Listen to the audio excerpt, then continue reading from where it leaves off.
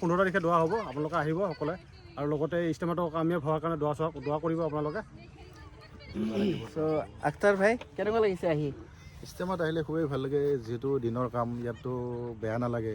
আৰু এই মাধ্যমৰ দ্বাৰা আৰু এটা কথা কওঁ মই তাতে এড কৰি দিওঁ ভাইজানে কোৱাৰ লগে লগে, ইষ্টেমাটো যাতে সুন্দৰভাৱে আল্লাহৰ ওচৰত কবুল হৈ যায়, তাৰ কাৰণে আমাৰ যিখিনি ঘৰত মা ভনী থাকে, মস্তিৰত থাকে, তেওঁলোকে কিছুমানেতো ৰোজাও ৰাখি আছে, তেওঁলোকে চাটকাও কৰিব পাৰে, ৰোজাও ৰাখিব পাৰে, দোৱাও কৰিব পাৰে খাছ কৰি, যাতে গোটেই বিশ্বত যিমানবিলাক দিনী কাম চলি আছে আল্লাহৰ দৰবাৰ যাতে কবুল হৈ যায়, ইয়াৰ জৰিয়তে যাতে আমাৰ উম্মতৰ ইছলাহ হৈ যায়, তাৰ কাৰণে খাছ কৰি দোৱা কৰিব।